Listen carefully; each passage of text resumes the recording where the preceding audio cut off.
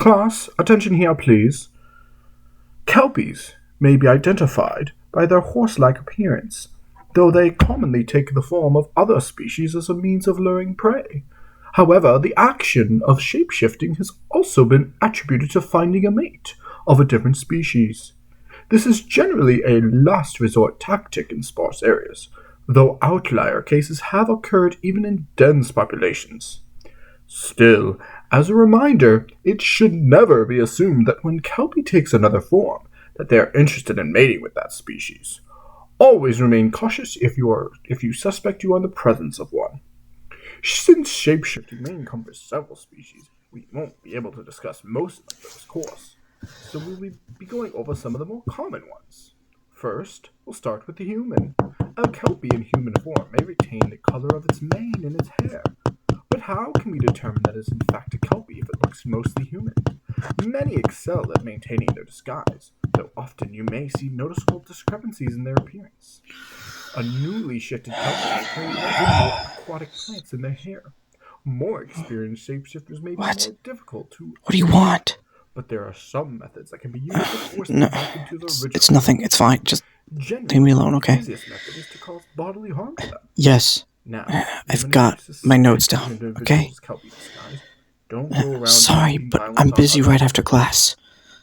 School does not, and I mean this, we do not advise doing I, violence on others. So let's turn to page I'm fine, really. 343, where we can learn about Please, the just okay. pros and cons of Kelpies in our society. When should we alert people of Kelpies? That is a difficult question to answer.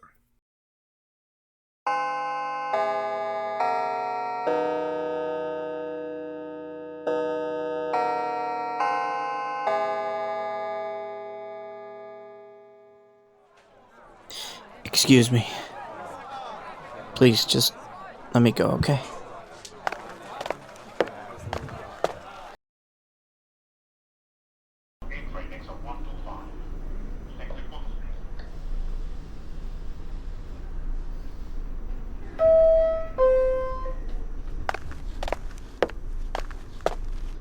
Oh, you're back.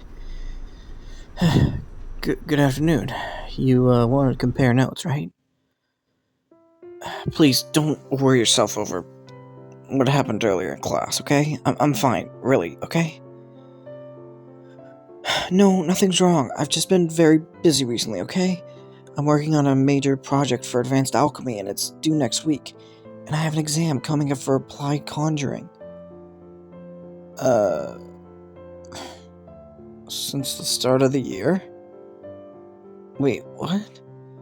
Looking at you weirdly? No, that's not. It wasn't intentional. But I'm sorry to make you uncomfortable. I didn't mean to stare at you. No, I'm not gonna deny doing it. I mean, I trust your judgment on how you saw it, you know? It's not on me to say what you saw and interpreted, you know? Well, it's just. You know what? Forget it. Let's just leave it at that. Really, I don't want to talk about it, okay? Please, just drop it, okay? Look, I'm sorry, but I get that you're concerned, but it's really nothing, okay? Oh, I, um... okay, fine. Yeah, it's that. No, that's not how mind reading works. Really? They talked about it in magical race studies during year 1? You took it with Professor Flitwick? No, I took it with Professor Kaiser. Yeah, that's how I know. I mean, there's a lot that they don't go over in that class since they aren't, you know, we aren't common like many of the others, okay?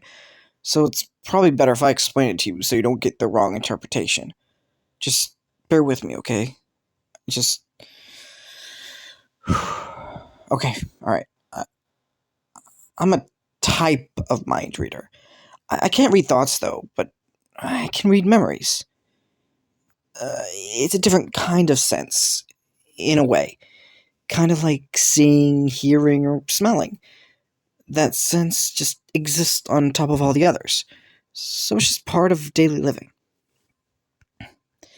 No, I don't hear them like a voice or actually see them. The best way I can put it is like when you imagine something, right? Let's say you imagine like a boy, like a tanned boy with spiky hair. Like when you read a book, you have that inner voice that says the words in your head, but it's not a real voice. So when you visualize these characters or whatever character you want to visualize, you don't actually see it, but it's still a clear image for you. It's pretty much like that. It's not something I can completely control. I mean, I can block it out to an extent, but it will always be there, just muffled. And it's not just one at a time. I can sense them all at once. And the more people that are around me, the more they all just meld together. If I try hard enough, I can focus on one memory at a time. Kind of like finding a conversation in a crowd. It's easier around fewer people, and if I'm close to someone, I can read them more easily. Yeah, it happens with you a lot. Since we sit together in class, it's kind of hard not to. Huh? No, your memories aren't bad. You have many nice ones. How do I know? Well, because, wait. No, you're getting the wrong idea. I don't look for things like that. That's just wrong. No, no.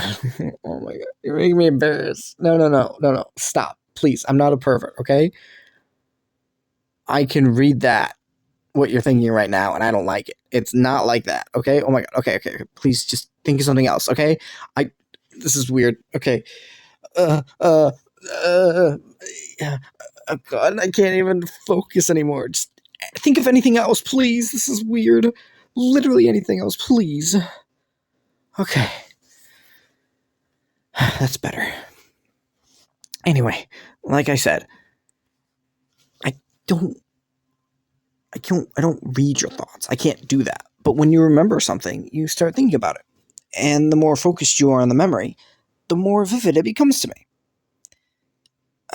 You don't have to apologize. Honestly, I probably would have thought the same if I were in your shoes. Yeah, I mean, I can assure you, it has nothing to do with that. I mean, there are many things I've read from you, okay? So, fine, I'll explain. It didn't start until school began this year.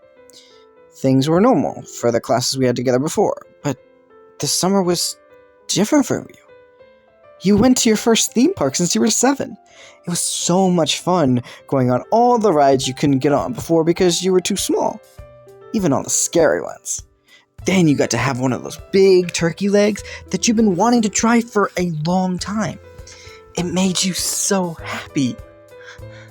You were even glowing. And then when you got back home, you tried to make one yourself with one of those copycat recipes online. You got really into it and decided to start cooking with your mom every day. You tried a new recipe every night with different cooking methods. The best one was when you tried using your fire magic and adjusted the temperature on your own.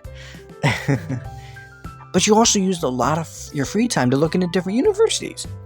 You knew what you wanted to do ever since your first year here. And not even just that. You also started doing research on housing and how to pay your bills when you move out. You didn't even want your parents' help because you wanted to start being independent.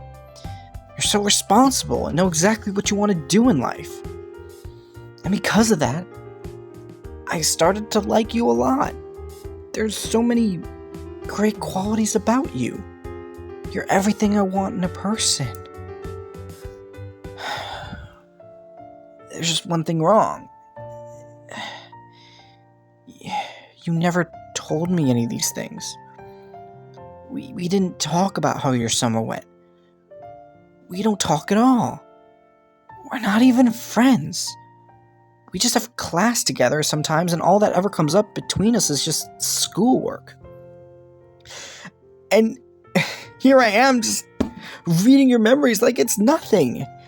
It's all just there in the open. All the things that should be private and yours to decide to keep yourself or share, they're all just right in front of me. And I couldn't stop myself. It feels so wrong and dirty. Those memories are yours, and only you should decide what to do with them. I shouldn't be able to look in whatever I want. But I just did, like some creepy stalker. And it's always been like this. Every single memory I tune into is somebody else's private life, and it's hard to keep it to myself. Every time I have a conversation, there's a risk that I could bring up something that they never told me. And even if I explain it, it changes our entire relationship. All they remember when they look at me is that time that I said I can read their entire life whenever I feel like it. There's only a handful of people who truly understand, and I'm grateful to have them in my life. But it doesn't change the fact that this will still keep happening. And there's only a few people I know like me outside my family that I can even talk to about it. I mean, yeah, I brought it up with them and the counselor, but they said it was a gift. Our kind is very rare and our power is valuable for finding out the truth, because people can't lie to us, and those who know either fear or respect us for it.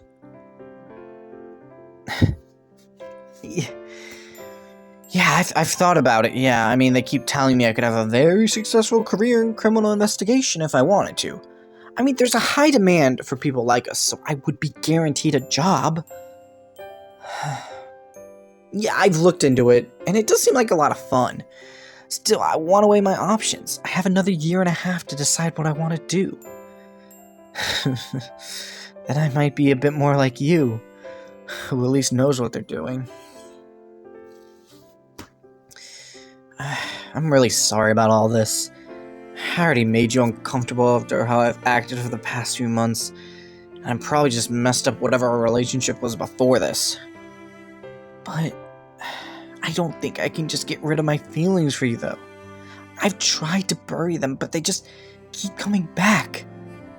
It's difficult to control how I feel, huh? For a mind reader, I can't really control anything in my life, huh? I guess so. You just can't control something that's involuntary, you know? I just hope you can forgive me after this. I know I made things awkward between us, but I needed to be honest with you. But I understand if you think ill of me. And it's fine if you want time to process all this. I know it's a lot. I'll try my best to keep my distance outside of class. And I'll try to block out your memories as best as I can. Oh, right. I'll email you the notes when I get back to the dorms, okay? I can type them up so you can read them better, alright? It's not a problem at all. I'll see you around, listener. Okay, great. Have a good rest of your day.